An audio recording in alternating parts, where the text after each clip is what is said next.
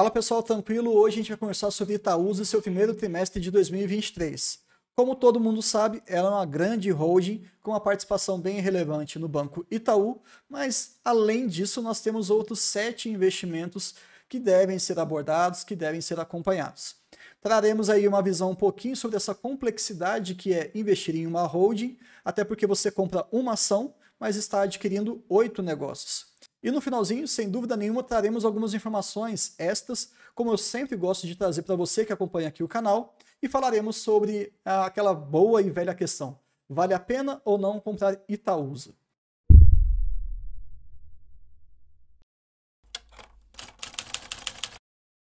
Começando então aqui pelo sumário executivo, alguns detalhes importantes. Nós tivemos um lucro líquido recorrente de 2,7 bilhões de reais, é muita grana. Estão praticamente estáveis com o ano passado. Uma queda de 0,6 para mim é praticamente nada. O valor dos seus ativos está na casa de 98 bilhões de reais, uma queda bem expressiva de mais de 17%. E isso se deve muito ao nosso contexto macro. Não tem jeito. A economia do Brasil está complicada, a economia do mundo está muito fragilizada. Mas a grande verdade é que esse dado não é tão relevante, até porque essas participações não devem ser desinvestidas no curto prazo. Então, seria uma fotografia diante de um filme, que acaba sendo muito mais relevante para a nossa análise. Então, tudo bem, teve uma queda, mas eu entendo que é mais conjuntural e não algo estrutural de Itaúsa. E o ROI, nós tivemos uma queda aqui de quase 2%, e talvez isso chame um pouco a atenção, mas sem grandes preocupações.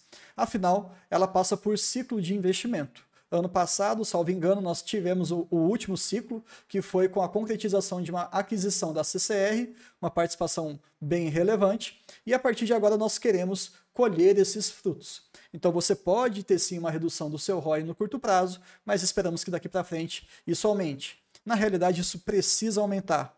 Falaremos mais à frente sobre a questão de dívida, mas calma lá. Se você não está ainda muito ciente sobre o que significa ser um investidor de Itaúsa, esse slide é feito para você. Vamos lá na página 20 desse documento de demonstrações contábeis intermediárias e você vai encontrar essa planilha. Qual que é o grande ponto aqui? Bruno, muito número, muita tabela, não, está muito ruim isso aqui, calma. Vamos olhar aquilo que é importante. Contribuição, 89%. O que isso significa?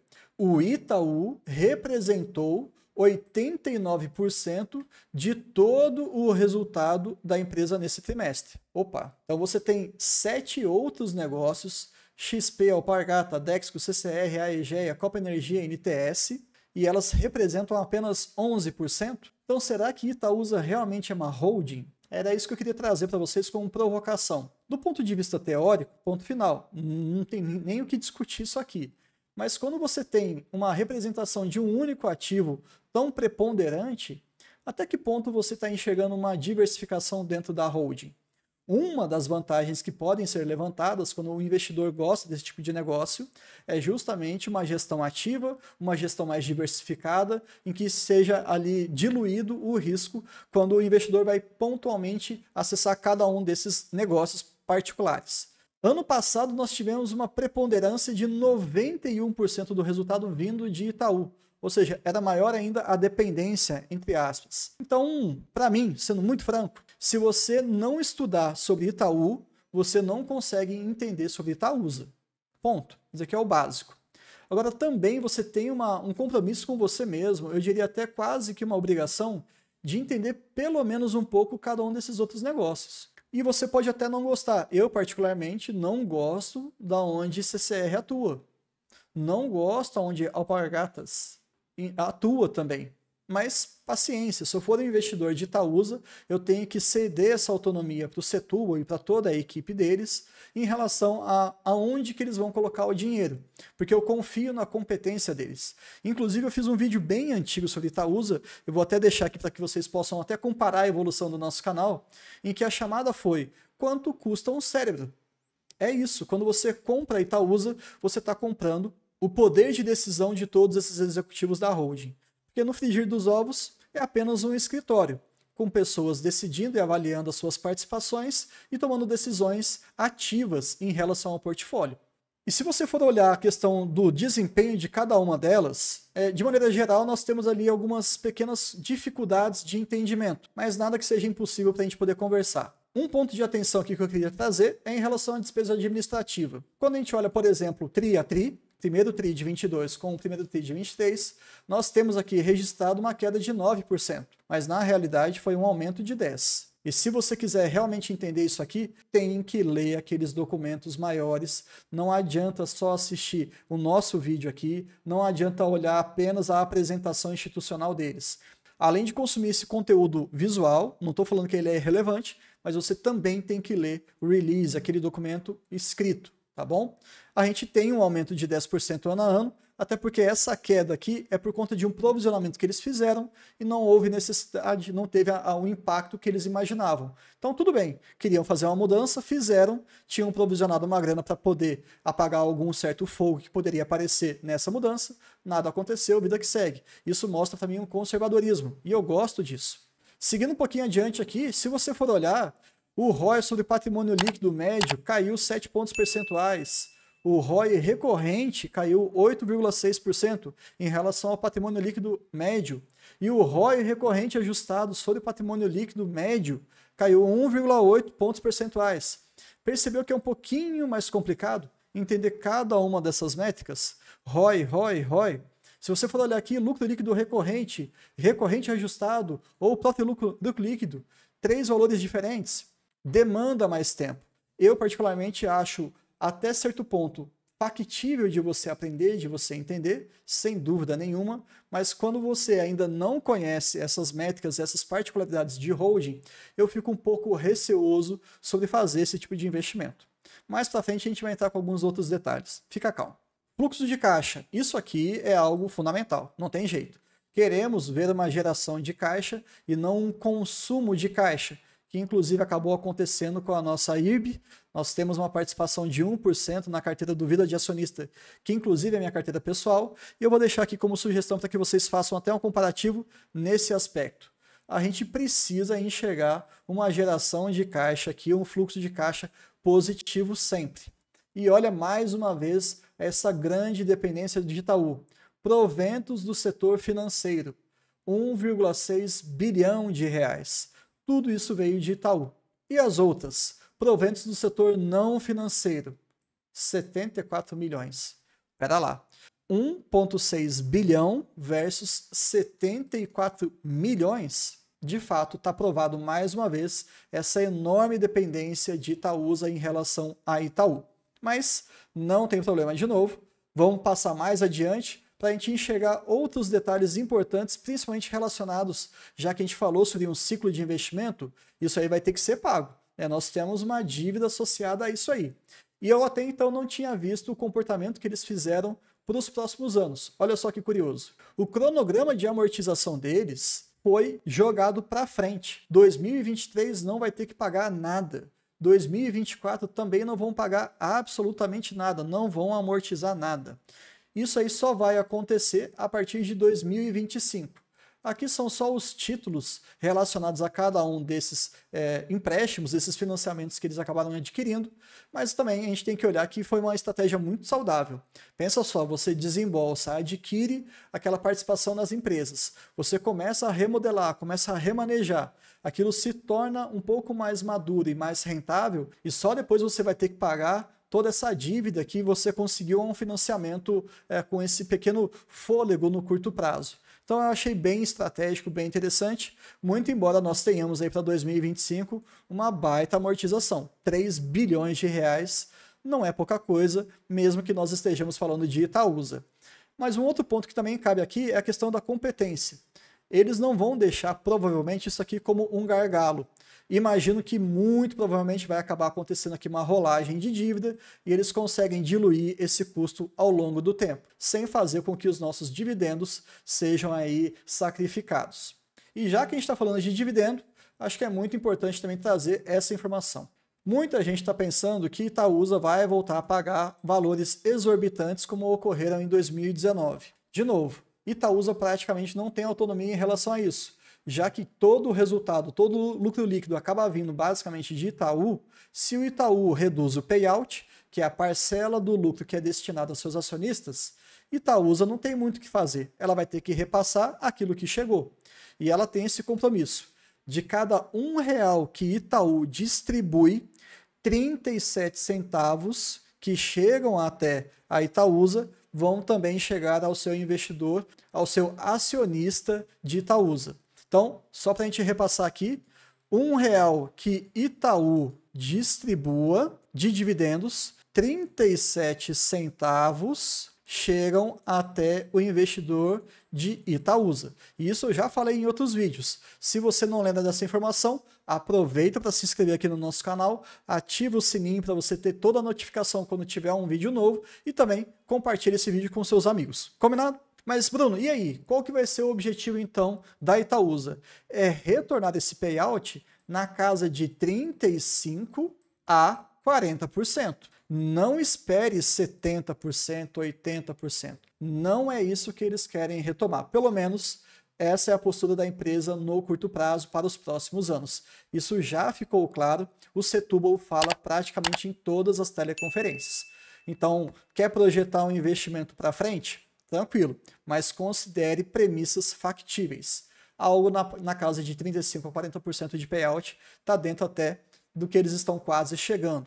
E fecharam aí o primeiro trimestre em 31%. Tá tudo bem.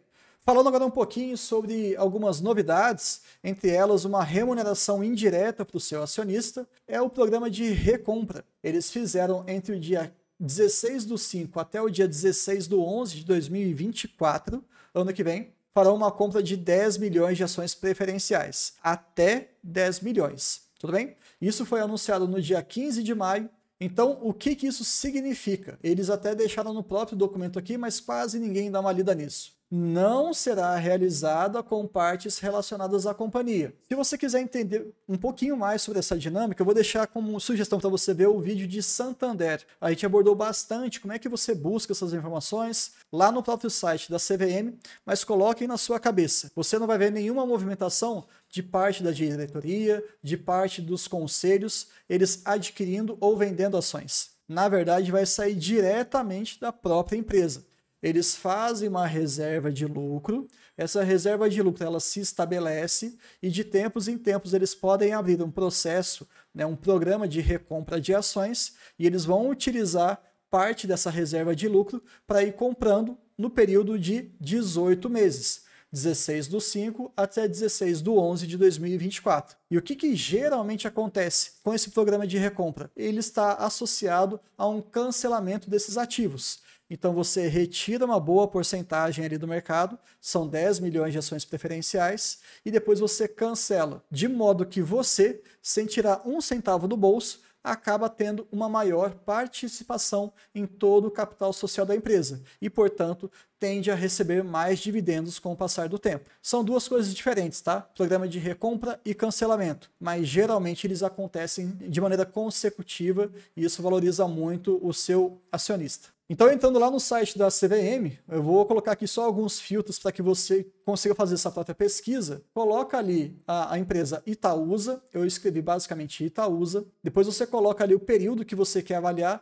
todas as movimentações das pessoas relacionadas à empresa, diretoria, conselhos, etc. Coloca ali o período que você quiser. Eu tinha colocado aqui no dia 1º de janeiro de 2005 até o dia 29/5 de 2023. Depois você vai nessa parte aqui, ó, categoria, valores mobiliários negociados e detidos. Pronto.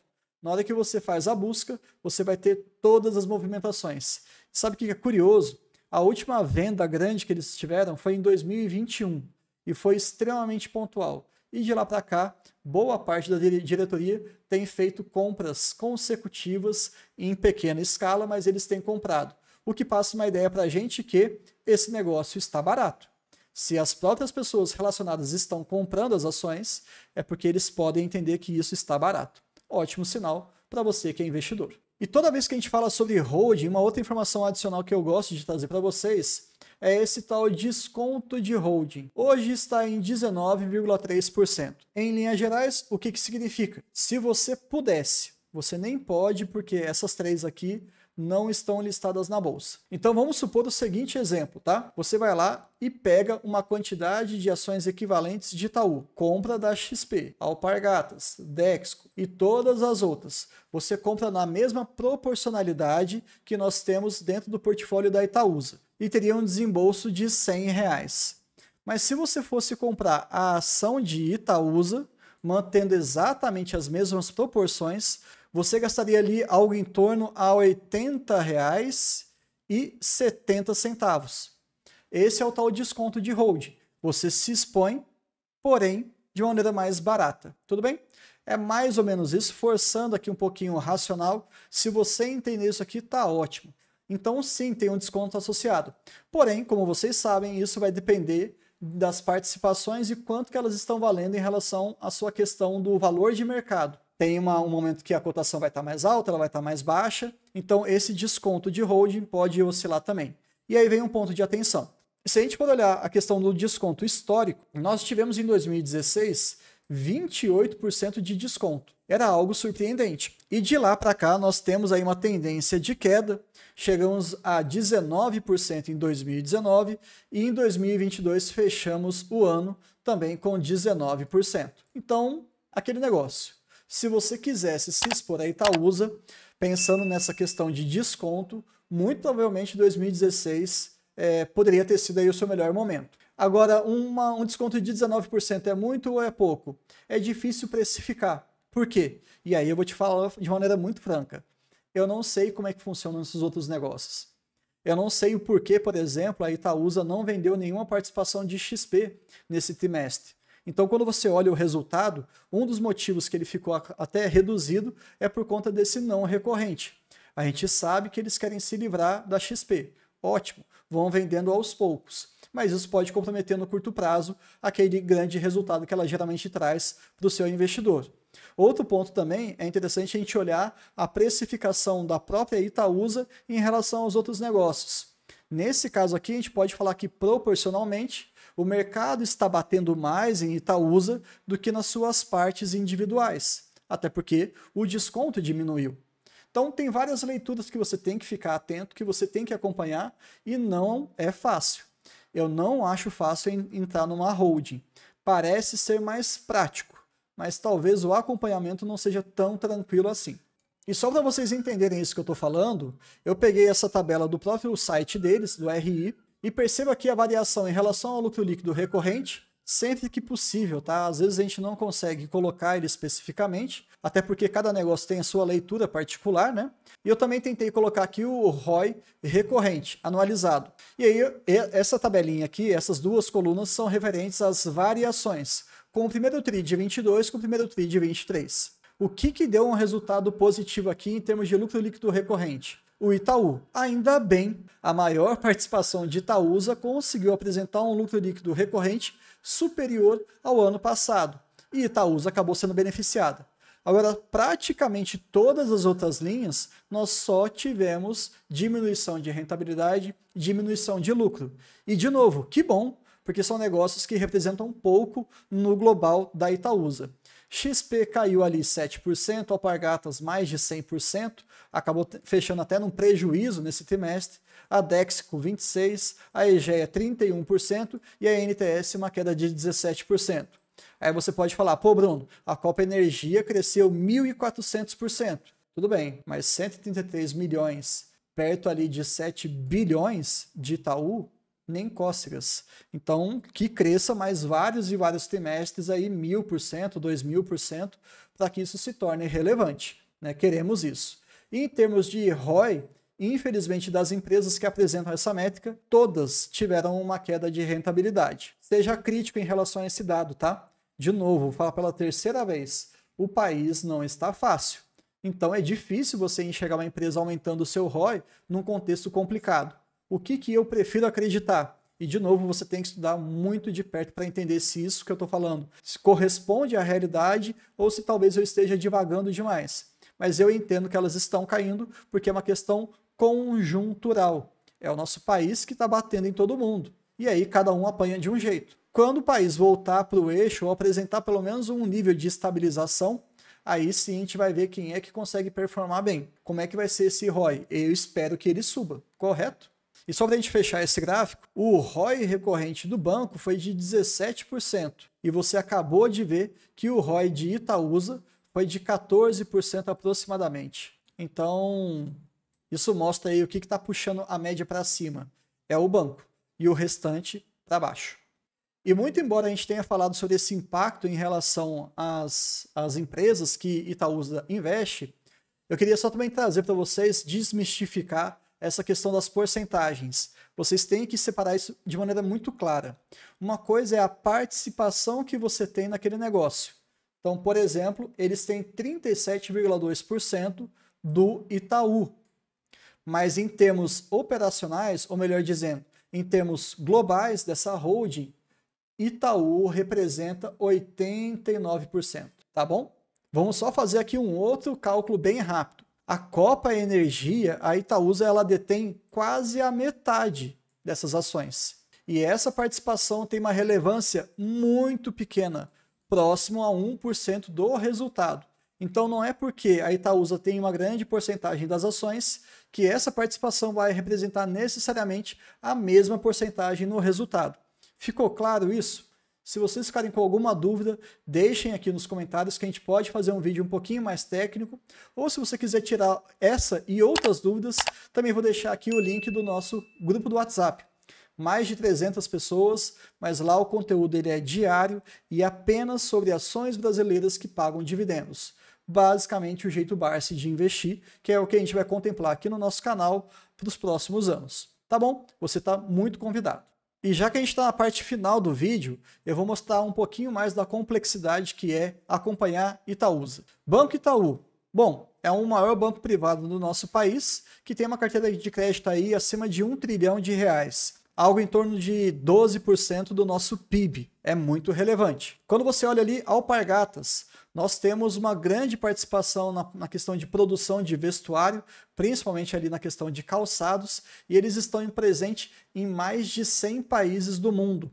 Então eles têm os produtos sendo comercializados em mais de metade de todos os países do nosso planeta. É uma participação relevante, porém, infelizmente, trouxe aí um prejuízo pontual.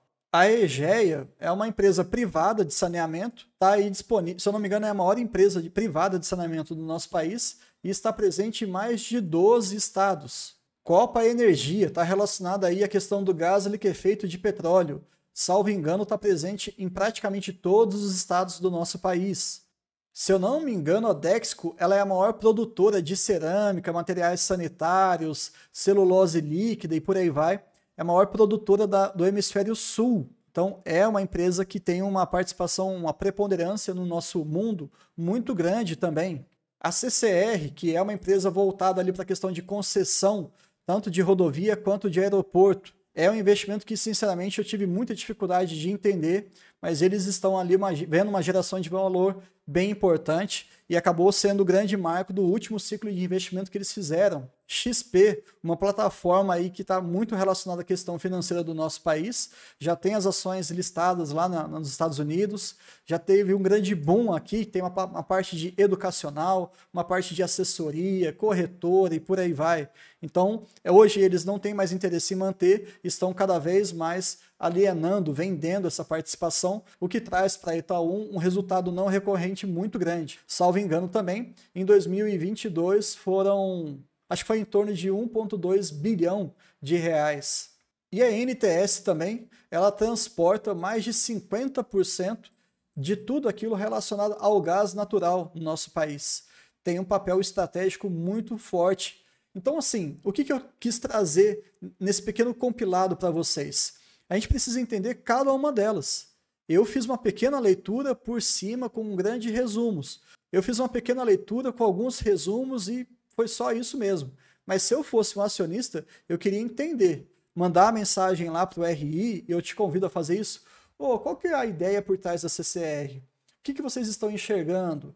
E a XP, vocês pretendem vender esse ano? E não. E a Egeia, ela está conseguindo aumentar suas concessões, ainda mais com essa questão do marco do saneamento? Qual que é a visão que vocês têm em relação a essa grande transformação política? E a Dexco, poxa, né, um segmento tão nichado assim, será que realmente isso traz valor para a empresa? A Itaúsa tem expertise para poder ter essa participação relevante de quase 40%? A Alpargatas, faz sentido você estar exposto a um segmento de varejo, ainda mais sabendo que apanha muito, as margens geralmente são pequenas? Será que a gestão da Itaúsa consegue colaborar com as decisões que a Alpargatas faz? Talvez alocar isso aí em outro setor que tenha uma previsibilidade maior? Enfim, perceba que você tem infinitas perguntas para fazer. Então, tem um desgaste aí psicológico bem grande, mas quem gosta, eu acho que é um prato cheio para diversificação, ainda que isso seja apenas no papel. Fechando esse vídeo, vamos falar um pouquinho agora sobre o valor. Será que vale a pena comprar ou não, olhando exclusivamente para o preço? De maneira geral, a gente já olha aqui que está vermelhinho. Então, se você quiser ter esse termômetro bem fácil para você, tem aqui a plataforma do AGF, 30 dias de graça se você usar o nosso link, ou 20% de desconto no plano anual caso você queira fechar. Eles usam apenas uma métrica aqui, que é o dividendo projetivo por ação, que está na casa de 47 centavos, de novo é uma previsão, e se você for colocar aqueles 6% que a gente preconiza, hoje infelizmente R$ 9,00 está muito caro. Qual que seria o preço teto limite, considerando esses 47 centavos? O valor de R$ 7,83. Então, para quem gosta de Itaúsa, comprar ali abaixo de R$ 8,00, R$ 8,50, talvez faça muito sentido. Até porque todo o investimento que eles fizeram ainda não está refletindo em questão de dividendos. Tem que ter tempo, tem que ter paciência. Então, não vejo grandes transformações na remuneração, mas olhando essa métrica, já não está muito bom. E se você for olhar retrospectivamente, o preço teto médio seria de R$ 10,28. Mas nessa média, eles estão considerando aqueles dividendos completamente fora da média de 70% ou até mais, como eu dei o exemplo para vocês de 2019. E lembrando, muito provavelmente não vai acontecer novamente. Eles estão esperando algo em torno de 35% a 40%. Eu repeti várias informações aqui porque a Itaúsa não é fácil. Se você quiser fazer algum outro comparativo com a própria empresa, eu vou deixar como sugestão o quarto TRI de 22, para que vocês vejam a evolução, como é que ela se comportou em relação ao final do ano passado e o início desse ano de 2023. Tudo bem? Espero que vocês tenham gostado do vídeo e até o próximo encontro.